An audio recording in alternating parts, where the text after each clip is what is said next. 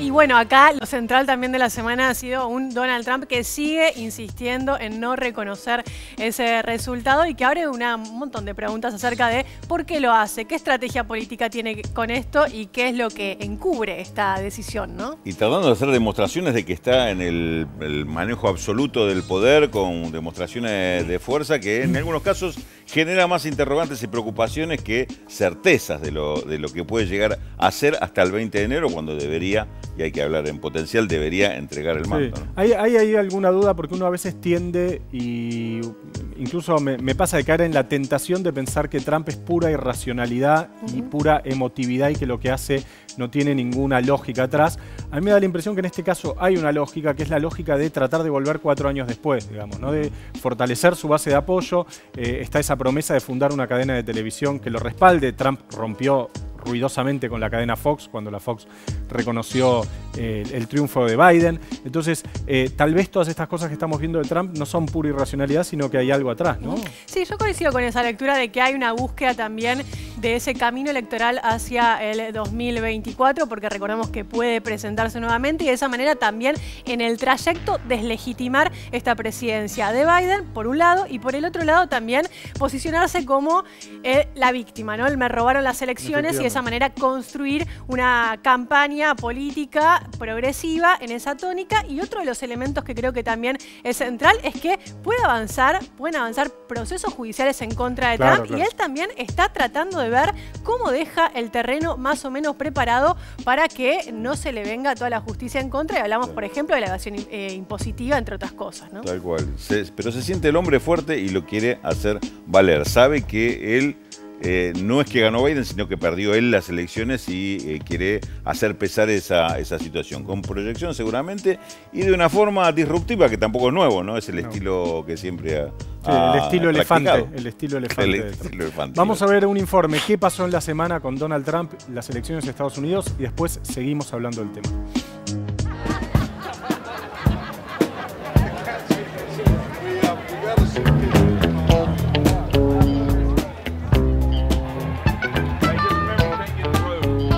Donald Trump está dispuesto a emplear los amplios poderes de la presidencia de los Estados Unidos hasta el último día de su mandato, que expira inexorablemente el 20 de enero de 2021.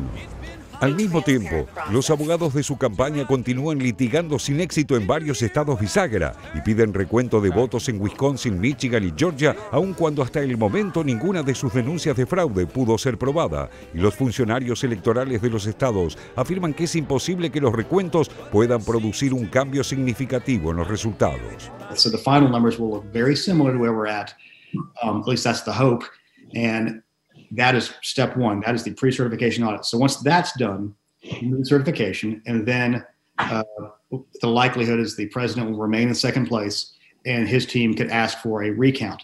Hay un límite para las especulaciones.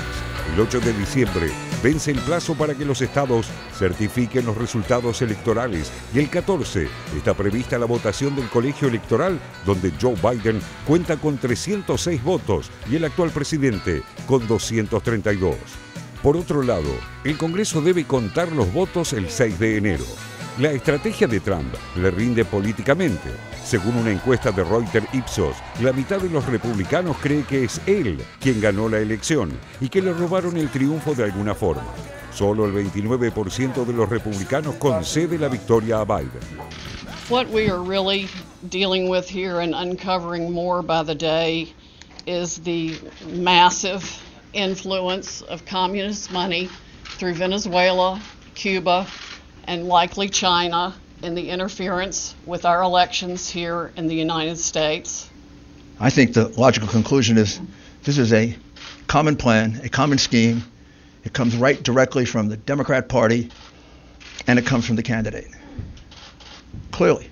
Pero es en el tablero de la política exterior donde Trump está jugando sus últimas fichas con varios objetivos simultáneos. Por un lado, cumplir a último minuto algunas de sus promesas de campaña.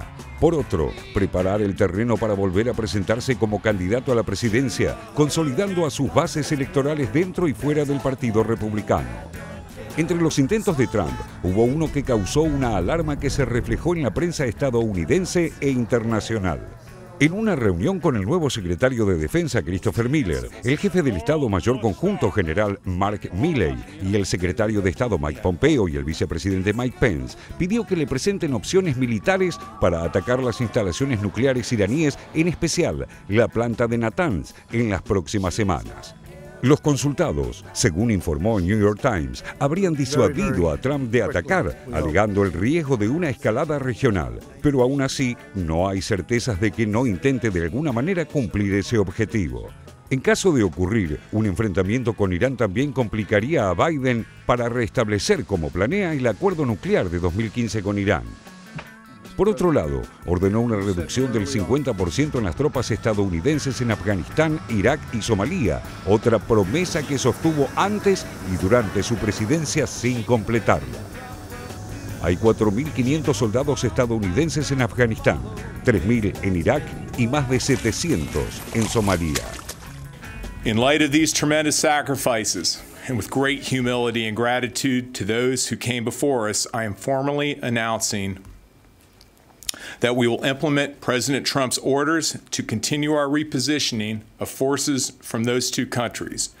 By January 15th, 2021, this is consistent with our established plans and strategic objectives, supported by the American people, and does not equate to a change in U.S. policy or objectives. El caso de Afganistán es el que más inquieta a los funcionarios del Pentágono, ya que creen que una retirada total podría comprometer las negociaciones entre el gobierno de Kabul y los talibán. Solo en octubre, más de 200 personas murieron en ataques allí. En todos los casos, también se teme un vacío que podría alentar a la organización Estado Islámico a reagruparse y recuperar terreno. Trump también echó a Christopher Krebs, el director de la Agencia de Ciberseguridad del Departamento de Seguridad Interior, por cuestionar sus denuncias de fraude electoral. Krebs, un funcionario muy respetado en ambos partidos, fue el responsable de crear para estas elecciones presidenciales un sitio de control de rumor, encargado de chequear datos y hechos para desacreditar teorías conspirativas y fake news. Paradójicamente, debió encargarse del diseminador en jefe de teorías conspirativas, el propio Donald Trump, y eso terminó costándole el cargo.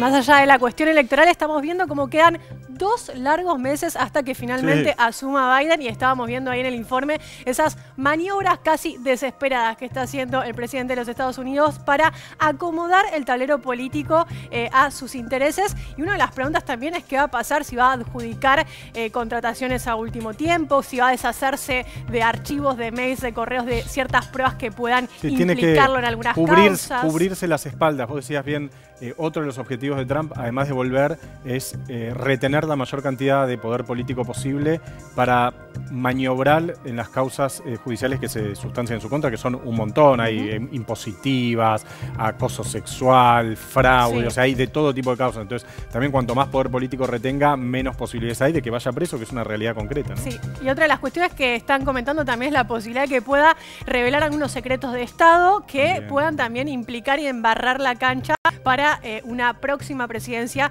del Partido Demócrata. Y dentro de estas maniobras y estas operaciones que está haciendo Donald Trump, este viernes presentó en una conferencia de prensa una reglamentación para modificar o poder fijar precios de medicamentos. No solo dijo que esto le iba a provocar un ahorro de cientos y de miles de dólares a los usuarios estadounidenses, sino que atacó directamente a los laboratorios. Habló de que habían hecho campaña en su contra para evitar su reelección, y particularmente en el caso de Pfizer. La acusó de haber denunciado una buena noticia con respecto a la vacuna contra el COVID para no dar la buena noticia antes de las elecciones. Veamos qué es lo que decía Trump, lo compartimos. Together, these reforms will save American patients many, many billions of dollars every single year. For generations, the American people have been abused by Big Pharma and their army of lawyers, lobbyists, and bought and paid for politicians. But I've been loyal to the special interests. I've been loyal to our patients and our people that need drugs, prescription drugs. and devoted myself to completely fighting for the American people. You see that? This is not an easy thing to do. Big Pharma ran millions of dollars of negative advertisements against me during the campaign, which I won, by the way. And Pfizer and others even decided to not assess the results of their vaccine.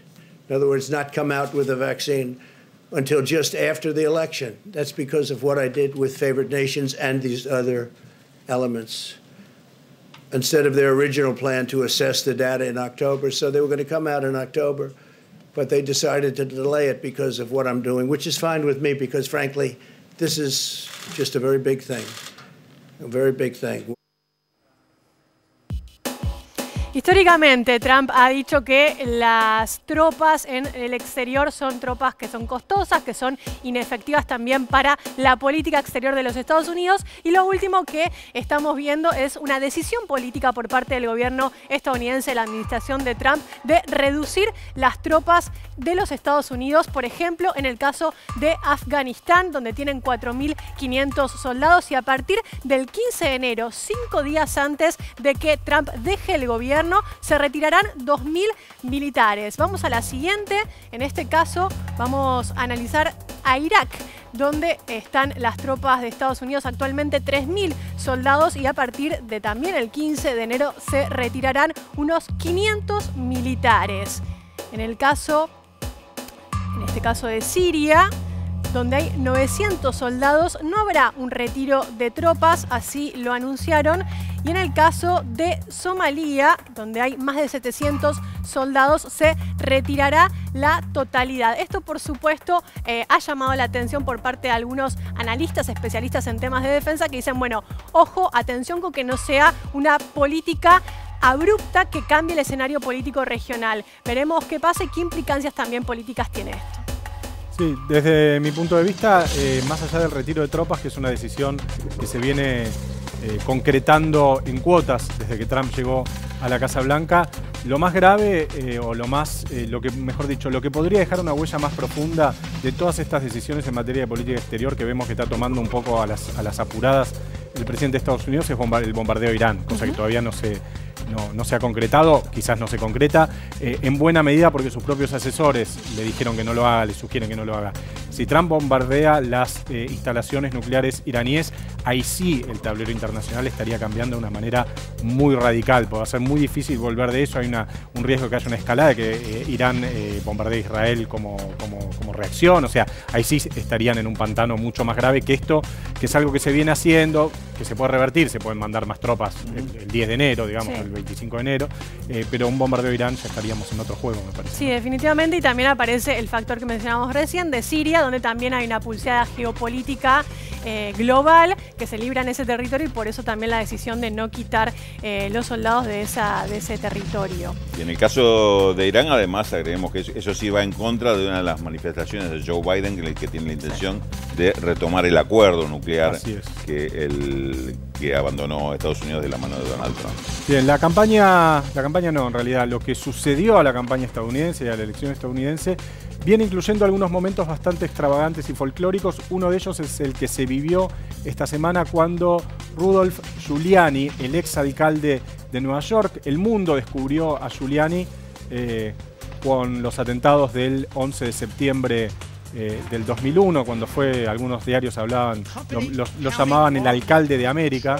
A partir de ese momento después intentó ser candidato presidencial Giuliani por el Partido Republicano, nunca llegó, nunca le dio la popularidad ni los fondos y demás, y ahora es el abogado personal de Donald Trump. Esta semana pronunció una conferencia de prensa muy descabellada, donde intentó explicar algunas de las acusaciones de Trump mientras se le iba corriendo, como se ve ahí, la tintura del pelo, ¿no?